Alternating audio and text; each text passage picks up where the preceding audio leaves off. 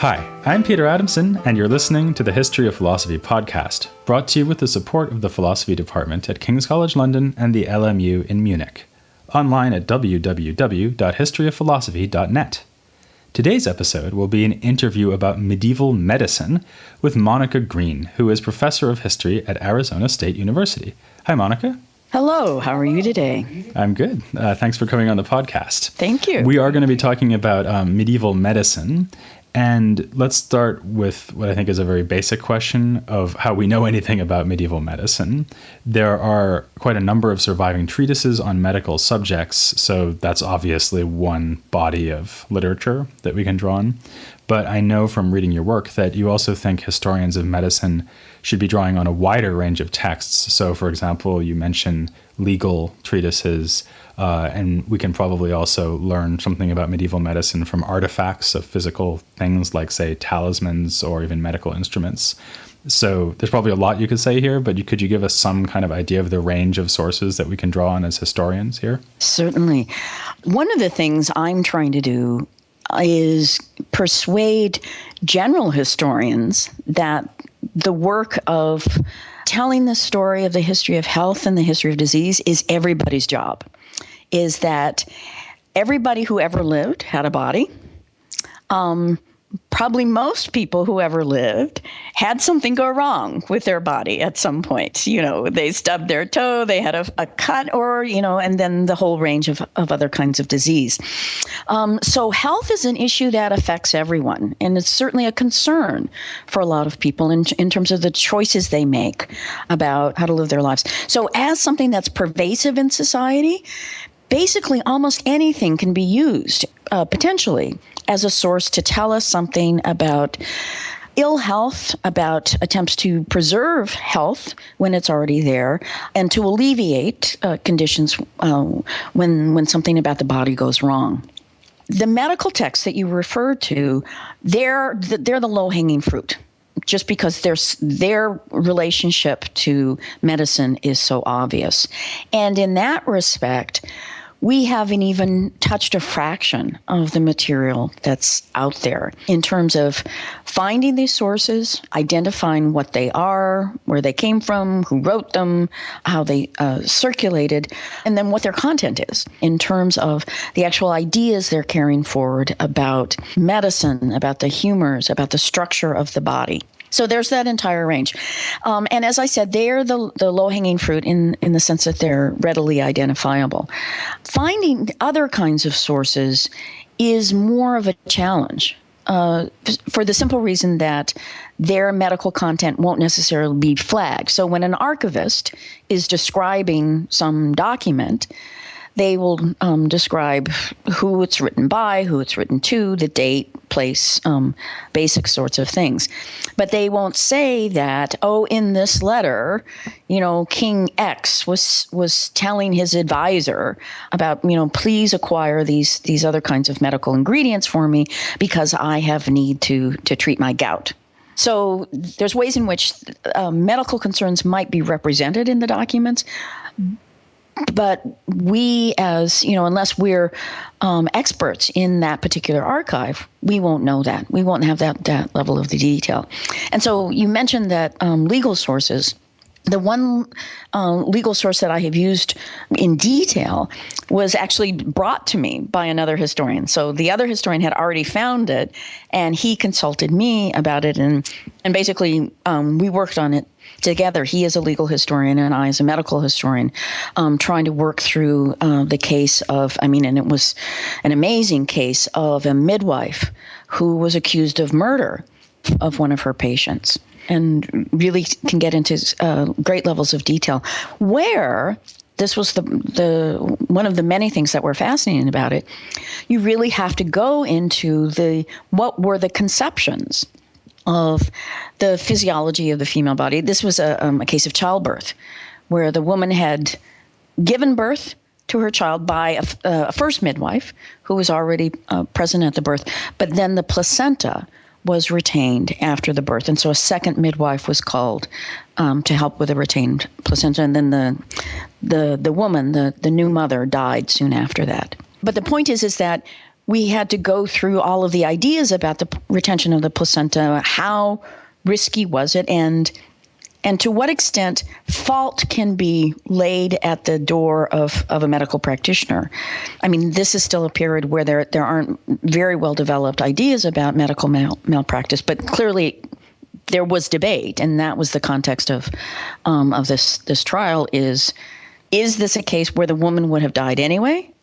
Or is this a case where some bad decision or maybe even malicious activity had gone on? So, but again, we don't know how many other such cases like that might be out there. There's just thousands of archives. I guess the listeners would not forgive me if I didn't ask you whether she was found innocent or guilty. That's the thing. It's only a partial document that we have. And we speculated. We don't know. The quick answer is we don't know. And part of what we did was go through. The other complication with that case is the woman who died was Christian. The midwife who was accused of murder was Jewish. And so part of the contextualization that we had to do in that case was look at what were the attitudes and what was the experience of Jewish-Christian relations in that town. So it was not a pretty picture. That's fascinating. Actually, that sort of leads on to the next thing I was going to ask, because since I work on Islamic philosophy, I know that there's a lot of influence from the Islamic world, including Jewish authors, but also Muslim authors like Avicenna, on medieval medicine in Latin, or in Latin Christendom.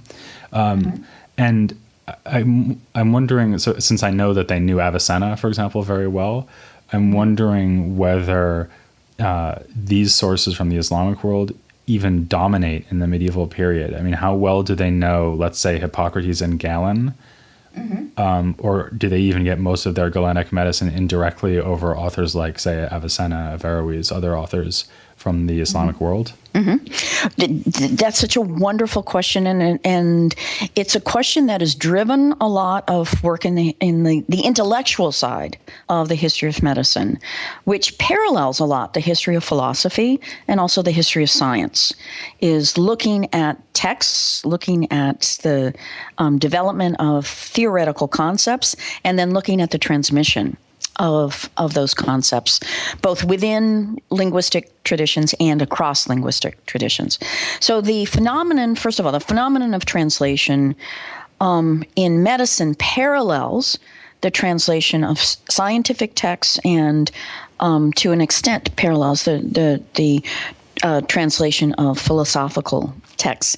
What I'm realizing is there are some interesting differences, is that we more or less assume that those things are happening at the same time and pretty much in the same places. And what I'm realizing with medicine is that medicine seems to be happening earlier and separately from the other intellectual traditions.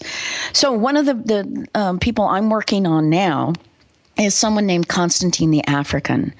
He is an immigrant to Italy. He's from North Africa, probably from the area that today we call Tunisia.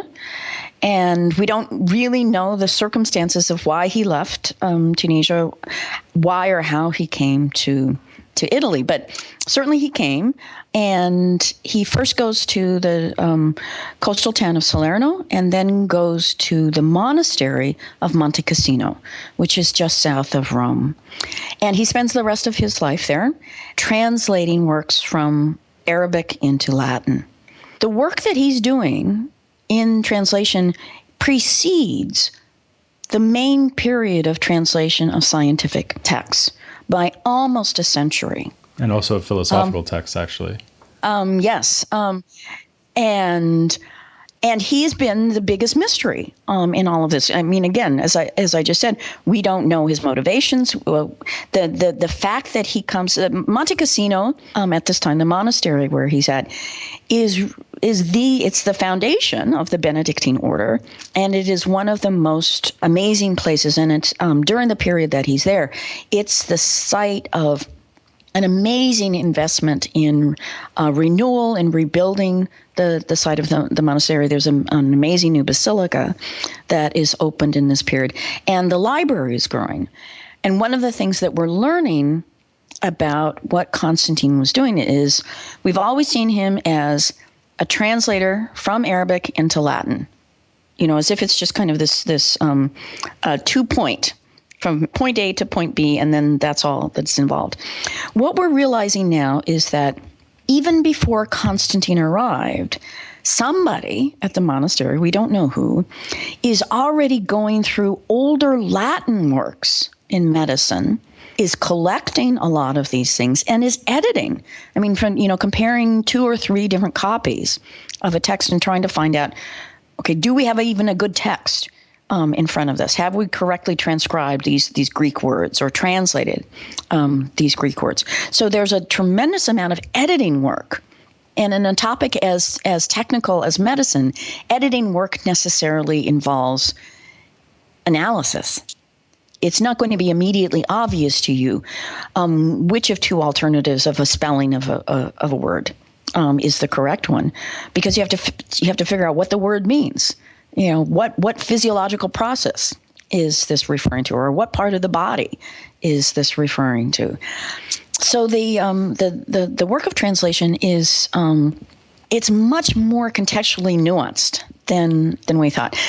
Then there's a secondary question. So we can say we're understanding better now what is actually going on at Monte Cassino, and the tremendous amount of intellectual work and not just technical rendering that's happening. The next question is, what is the larger impact of that? It's one thing to say, in the context of this one monastery, there's discussion, there's translation, there is the circulation of text. Why does anybody else pay attention to it? Why does anybody copy this work? Why does anybody transmit this work? And something that I've had evidence for a long time, but it just kind of keeps repeating itself, is things that we know were composed in southern Italy. In many cases, we find them in England 10 years, 20 years later. Those are maximums of how long that it takes to get there. That's simply, it's showing up in manuscripts in these distant places. Germany, the same thing. We know that these texts very quickly got disseminated to Germany. We know that they very quickly got disseminated to France. So what we have, the phenomenon that we have, is that Constantine was rendering this Arabic material into Latin, but almost immediately it then becomes Latin medicine. Not simply in the sense of it's being written in Latin, but that it's being absorbed, read, commented on by individuals at a variety of different intellectual centers throughout the continent. So it's amazing. So, but to go back to your initial question about Avicenna, Avicenna also is translated in the 1150s, 1160s, 1170s, perhaps. He does not have that same immediate impact as the works that Constantine. So that's part of the work that I've been doing, is to assess why certain things are adopted readily and circulate widely, and other things disappear. I mean, even though we know when and where they're translated, they have no immediate impact. And how much of a difference does it make that these works are being rendered into Latin? So if you've got both Greek and Arabic sources in medicine, just as in philosophy, coming into Latin, do they make a lot of medically significant decisions in terms of how to, for example, render technical terms into Latin? Oh, everything. Every word that's being translated is a decision that has to be made. Are you trying to find a Latin equivalent for the word, whether it's Arabic or Greek? Do you have to coin a new word to try to render this? Do you just transliterate? So taking, an Arabic word in Arabic letters and just putting it into Latin letters, without changing the word. And then once you have a sentence that you've put together, does it make sense? Is it comprehensible? We have very few of Constantine the African's translations have been critically edited. So we have very little opportunity, even though in many cases we know what his original Arabic source was. hardly any of these texts have been compared side by side of the original Arabic with the Latin. And so there's not a lot of work that's been done about how he was making those decisions and what the normal pattern of translation was. I'm willing to bet, by the way, the Arabic texts probably aren't very well edited either. And that's usually aren't. That's the other side of the story. That's the other side. And in some cases, at least in terms of the surveys that have been done thus far, the original Arabic hasn't been identified. It may not have survived to the present day. I'm actually in a period of the podcast, which is much later now. I've been doing the 14th century. And one of the things I've been talking about in the past few episodes is the extent to which 14th century science, or physics especially, anticipates breakthroughs that we associate more with modern physics. And so I'm wondering to what extent we can say that also about medicine. I mean, do they actually make discoveries or advances in the medieval period on the medical front that we would consider from our point of view to be steps forward? Or are they just kind of reworking the Galenic medical approach? How do they sort of come out as scientists from our point of view? Mm-hmm. That's a kind of question that I usually try to avoid. That implicit comparison, there's two things. There's the comparative element on the one hand, and then there's the kind of the teleological element in the other, in the sense of, can we find direct connections between what happened in the 14th century and the present day? So it not simply has to have happened in the 14th century, but it has to have persisted in subsequent centuries and very, very different contexts. In part, we can give a positive answer to those questions. Things that I don't work on the 14th century in terms of medical theory. There's some other work that I've been doing on the 14th century, but from a very different perspective. But some things that I would point to that we can say there were clear things that came into being in the 14th century that have persisted long-term in Western medicine is, number one, absolutely the focus on anatomy. There is already anatomical interest in the main period I work on, which is 12th century. There are several texts being written that describe how to do an anatomy of a pig. And the pig, because of its long torso, and there might be other reasons as well, is considered a good enough substitute for the basic structure of human anatomy to do kind of a gross anatomical autopsies. So anatomy of the pig is being done. There are a couple of anatomical texts which seem to be feeding into a stunning rise in surgery. There's new surgical texts being written in the 12th century when there had not been any new surgical texts in the Latin tradition written since late antiquity.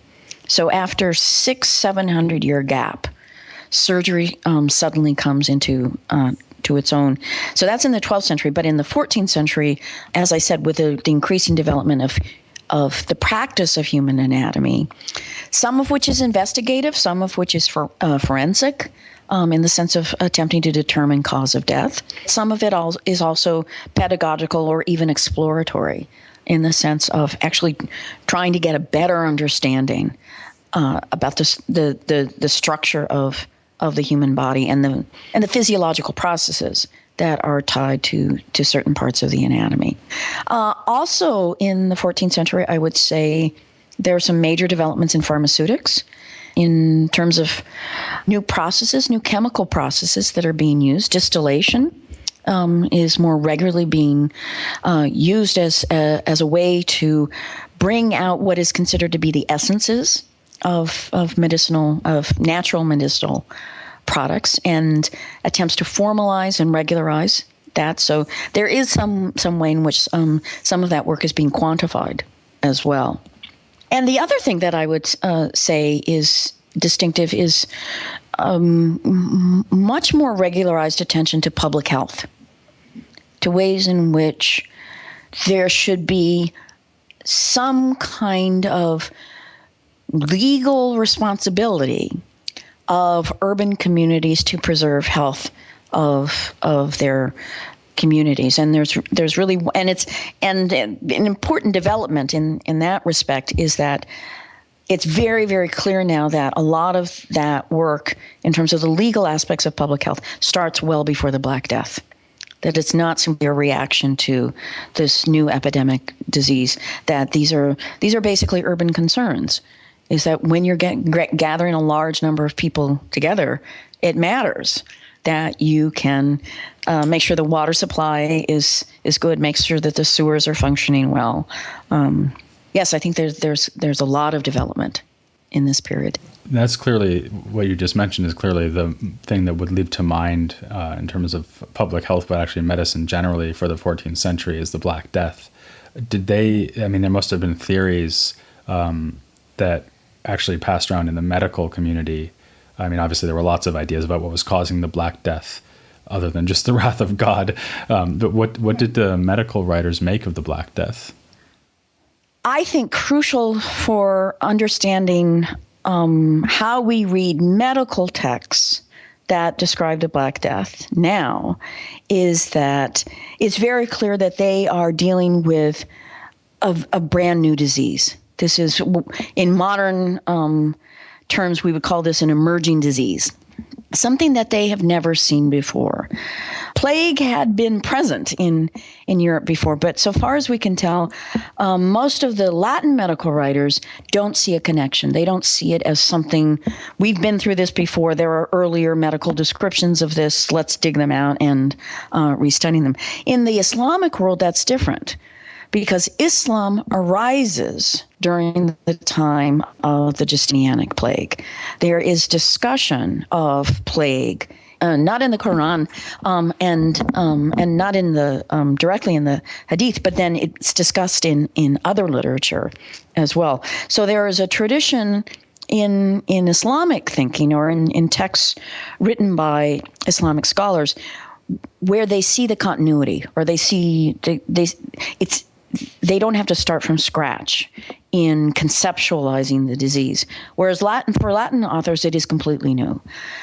So in terms of your question about what do they think causes it, there are a variety of different causal theories, which are not necessarily incompatible with each other, that, this is the wrath of God, that it is something that is suddenly striking many places all at the same time.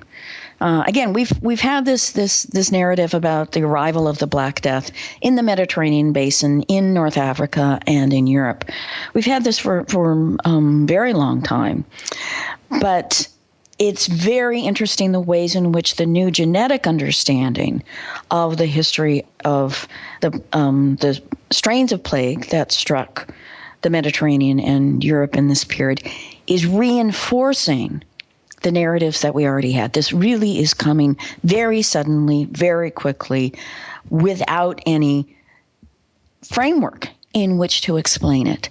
The suddenness and the terror that it caused is palpable in ways that we're rediscovering now. It is, and there is work starting on this path of going back and rereading those early medical treatises on plague with a new eye, with a new empathy, if you will, of what exactly they were dealing with, of how to explain such massive death, such sudden death, and death that was being caused in ways that they had never seen before.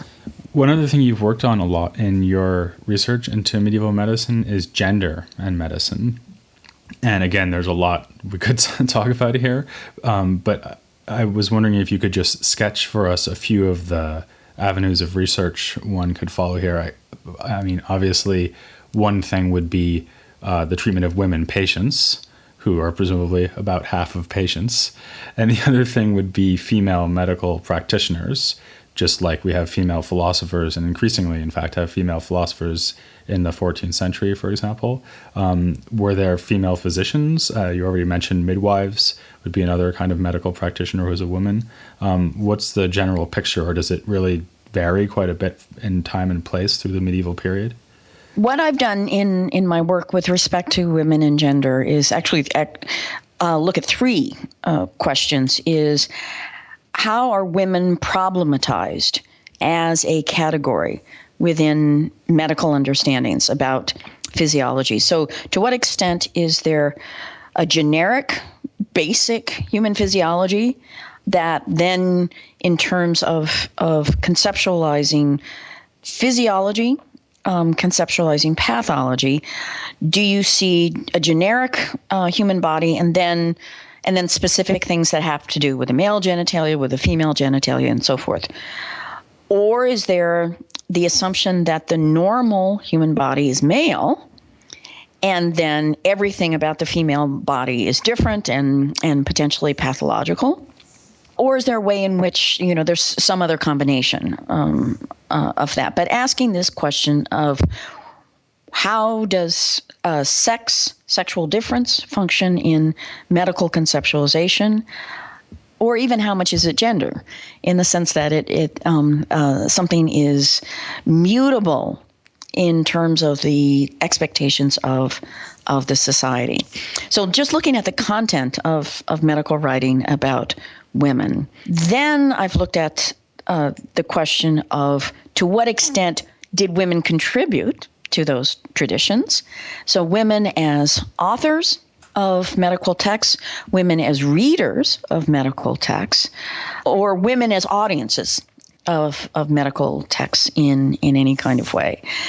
And the answer to that is very, very minimal. In terms of women as authors of medical texts, the periods I've worked on, 12th century, there's Hildegard of Bingen, who is also very famous for in the history of philosophy for a variety of reasons. There's Trotta of Salerno, working in Salerno in the 12th century, and that's it. That's it. It won't be until the 15th century that I can find persuasive evidence that women are writing recipes, writing collections or gathering together collections of recipes of various kinds of practices.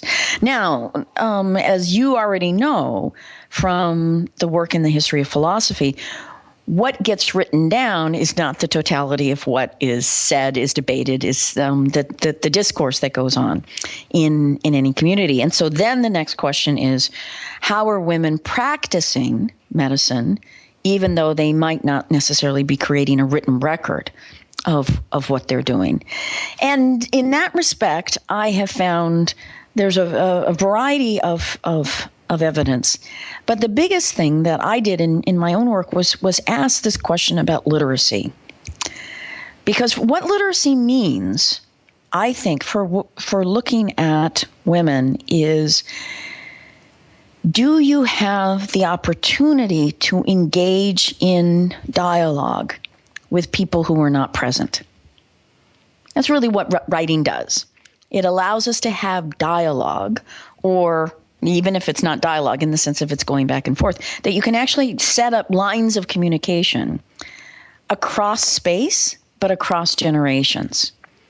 That when you read Aristotle, in a way, you are still engaging with the world that Aristotle perceived. Can women engage with the practices of other women? So one of the questions, going back to the midwife example I was talking about before, I asked the question, so again, as I said, the situation that she was dealing with was retained placenta. And really almost any medical obstetrical text you look at, where up to the present day, retained placenta is a very serious condition. If the placenta doesn't come out after birth within about half an hour, is what would be considered normative. Huge risk of massive hemorrhaging if the placenta doesn't come out. So I asked the question, okay, we have this midwife. She's Jewish. Would she have been literate, first of all? And the evidence about literacy in Jewish communities generally is high. How much literacy there is among women is another question.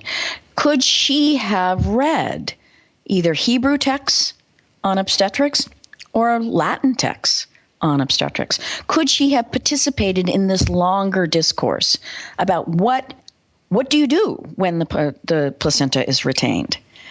And what I found was that there was, in fact, two different lines of argument. Is Avicenna would have said, just wait, it will resolve itself, it will come out, just wait. Another line of medical opinion was, no, you have to reach in and take it out forcefully. And so I raised the question is, if she were literate, in fact, that would have complicated her decision because she had two different expectations about what the normal procedure would be.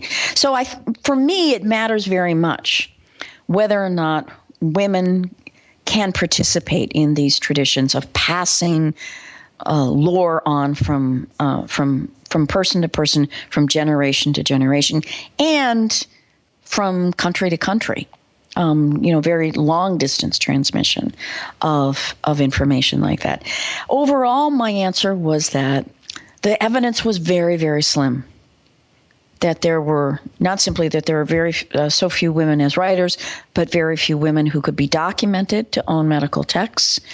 And even when they did own medical texts, they weren't necessarily owning texts on women's medicine. So that's the larger picture, is that I think all of those questions are related. Okay, well, it's sort of summing up, just to bring things to a conclusion. I think a lot of what you've said shows us that there are very deep parallels between the history of philosophy and the history of medicine in this period. So just to mention a few of the things that you brought up, we have some participation of women, as we were just talking about, Hildegard of Bingen in both cases, actually. But just as you said, the 15th century really seems to be a kind of new period for the possibility of participation in women. I would say there's probably a bit more. The picture for women in philosophy might look a little bit better than what you were describing for the medieval period than medicine. But you still have to look pretty hard for surviving texts. There's not a lot of surviving texts by women. So that's one thing. Another thing is that you have this transformative process by which Greek and Arabic texts are brought into Latin. The choices they make as translators, everything you said about that would also apply to translations of philosophical texts, of course. And then you have the same kind of pattern of innovation and so on. And I guess my question is that just a kind of coincidence? Is it because medicine and philosophy travel together that their patterns of development in this period are so similar? Or am I sort of leaping to the conclusion too quickly that medicine develops in this period sort of along the same track that philosophy does? I would say there are repeated intersections between medicine and philosophy. Number one, in the sense that, as Galen would have said in the 2nd century, the best physician is also a philosopher. That so much of what physicians do is speculative. We have the word physician in our language now because physic is the task of seeing inside the body. The surgeon, for most of the period that I work on, surgery is really working on the surface of the body, taking care of broken bones and so forth. But there is no exploratory surgery. There will be almost nothing that is going deep into the cavities of the body. Pharmacy has a kind of an intellectual and in some regard even almost mathematical element, in the sense that you're trying to calculate the intensity of the medicine with the intensity of the condition in the patient's body. But with physic, it's all speculation. You're trying to interpret what is the physiology that's going on in the body, what is going on with the blood, what is going on with the urine. Urine analysis is the most symbolic aspect of medical practice in this period. And in fact, many representations that you find of physicians, and I've been able to document this, the point at which that holding up, and I'm sure you've seen pictures of this, of a physician holding up a urine glass. That's the iconic, in the same way we would say, somebody with a white coat and a stethoscope is the iconic image of the physician. Now, in the Middle Ages, it would have been the urine glass, because the urine is one of the few means that you can have something coming out of the body that tells you what is going on inside of the body. But the entire process of that is speculative. And so the foundation of it is it's a foundation based on really Aristotelian philosophy and dialectic. And I think in many cases, we don't know a lot about the earliest phases of development of medicine, but in terms of, once we were talking about a university context of medicine in the 13th century and into the 14th century, these are people who would have to go into physics, to go into medicine, you would have already studied Aristotle. That capability of understanding that level of logical analysis is the foundation for everything that comes after it. So yes, absolutely, they go hand in hand. Well, speaking of logical analysis, the next figure I'm going to be moving on to in the podcast is one of the great logicians of the 14th century. Some people might say the greatest logician. He's up there with William of Ockham and other great minds in the history of logic in the 14th century, and this is John Buridan. And we'll be seeing also that he contributed greatly to science and in particular physics. So that's what we'll be moving on to next. For now, I would like to thank Monica Green very much for coming on to share some of her vast knowledge of medieval medicine with us. Thank you very much. And please join me next time as we move on to John Buridan here on The History of Philosophy Without Any Gaps.